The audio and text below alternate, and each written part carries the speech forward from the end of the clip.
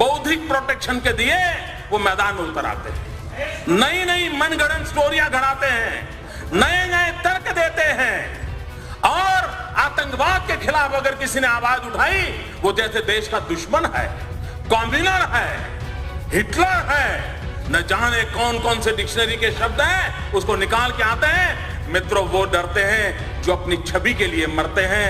मैं तो वो इंसान हूं जो इंसान की, हिंदुस्तान की छवि के लिए मरता हूं। मुझे मेरी छवि की परवाह नहीं।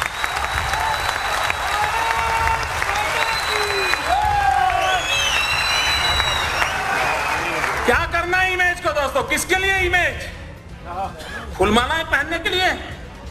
मैं पत्थर खाने के लिए तैयार हूं अगर मैं मेरे देश के किसी नागरिक की रक्षा कर सकता हूं। हो सकता है कुछ इलेक्ट्रॉनिक मीडिया वालों को अभी भी पता चला होगा कि इस देश में शांति रखते हैं। अमरनाथ की यात्रा पर इतने हमले हुए, इस देश में किसी ने कहीं कंकर तक फेंका नहीं है। अमरनाथ की यात्रा पर इतने हमले हुए, इस देश में किसी ने कोई कंकर तक फेंका नहीं है। रघुनाथ जी के मंदिर पर हमला हुआ, इस देश के अंदर किसी का घर नहीं जलाया गया था। अयोध्या में प्रभु राम जी के मंदिर पर हमला हो गया, वाराणसी में हमला हो गया, इस देश में कंकर नहीं गिरा है। मित्रों, गुजरात के अंदर अक्षरधाम पर आतंकवादी आए थे। मित्रों, गुजरात ने बंद रखा था, लेकिन गुजरात में अक्षरधाम के बाद एक कंकर तक नहीं पड़ा है। लेकिन कुछ लोग हैं इन चीजों को भूल जाना चाहते, सच्चाई को उजागर करने की उनकी हिम्मत नहीं है मित्रों, और इसलिए झूठी बातों को लेकर के हिंदुस्तान की जनता को गुमराह करने में लगे हुए। और मित्रों, कैसी हरकतें हो रही हैं? आतंकवाद ऐसे नहीं बढ़ रहा है।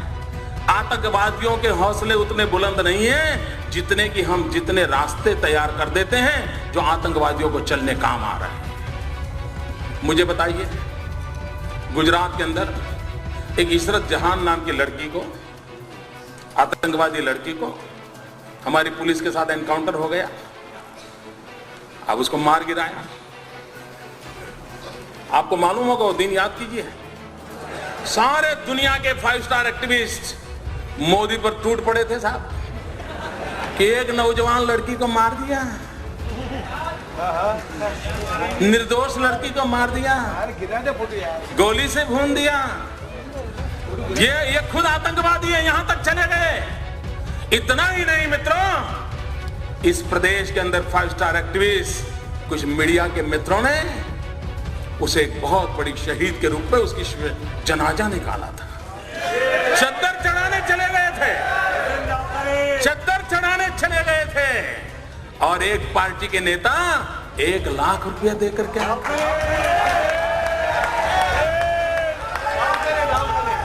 सब किया था, सब कुछ किया था। मैं चुप था, वैसे भी मैं ज्यादा बोलता नहीं।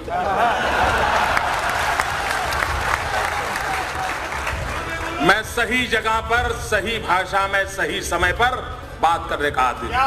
सुबह शाम चीख कर अखबार की जगह खराब करने की मुझे आदत नहीं।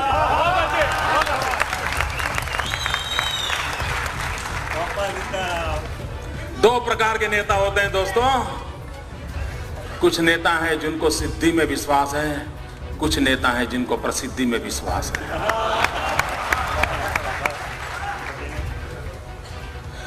और जब 3 दिन के बाद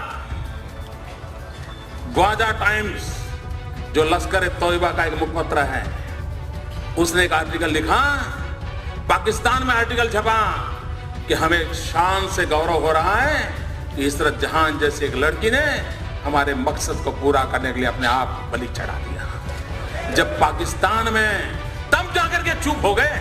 फिर पता नहीं उनकी वो रिकॉर्ड की वो कैमरा वाली चीजें कहां चली गई, वो चद्दर चढ़ाने वाले कहां चले गए, सारा खो गए। चुप है, दोस्त साहब इतने साल हो गए, चुप है, कोई पूछने वाला नहीं उनको। अगर मैंने ऐसी गलती की होती तो साहब मेरे बाल नोच लेते, मेरे बाल नोच लेते। इशरत जहान, मित्रों, अभी एक टीवी वाला बता रहा था कि किसी ने किसी लड़की को बम रखते देखा। मैं नहीं जानता वो सत्य क्या है।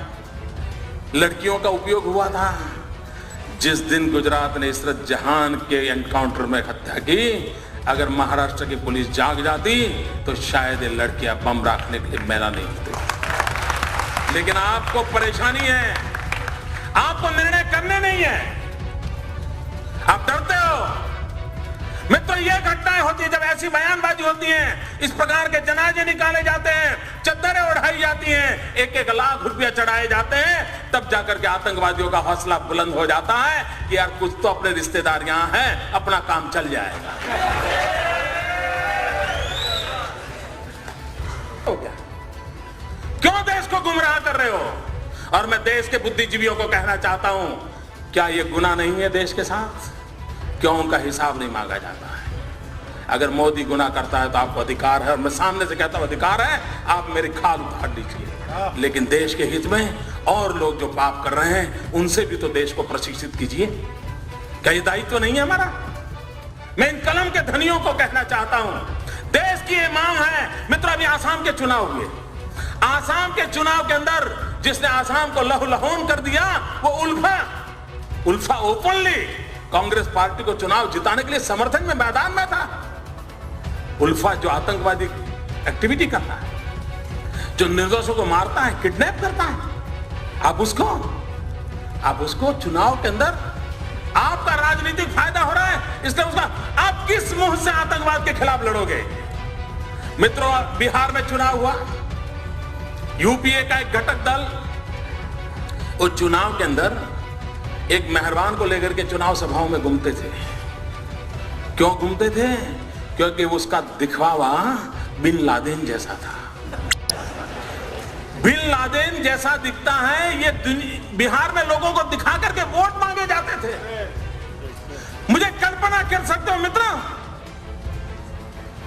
आज भी हिंदुस्तान में कोई रावण कितना ही शक्तिशाली क्यों न था, लेकिन कोई निकलता है रावण के नाम पर कुछ लेने के लिए? ये बिन लादेन को लेकर के निकलते हैं साहब। Hello everyone, thank you very much for watching this particular video. I would like to thanks all of you. आप सभी का बहुत बहुत धन्यवाद। प्लीज़ चैनल को सब्सक्राइब, लाइक और वीडियो को शेयर करना बिल्कुल ना भूलें। आप सभी का बहुत बहुत धन्यवाद। Thank you very much.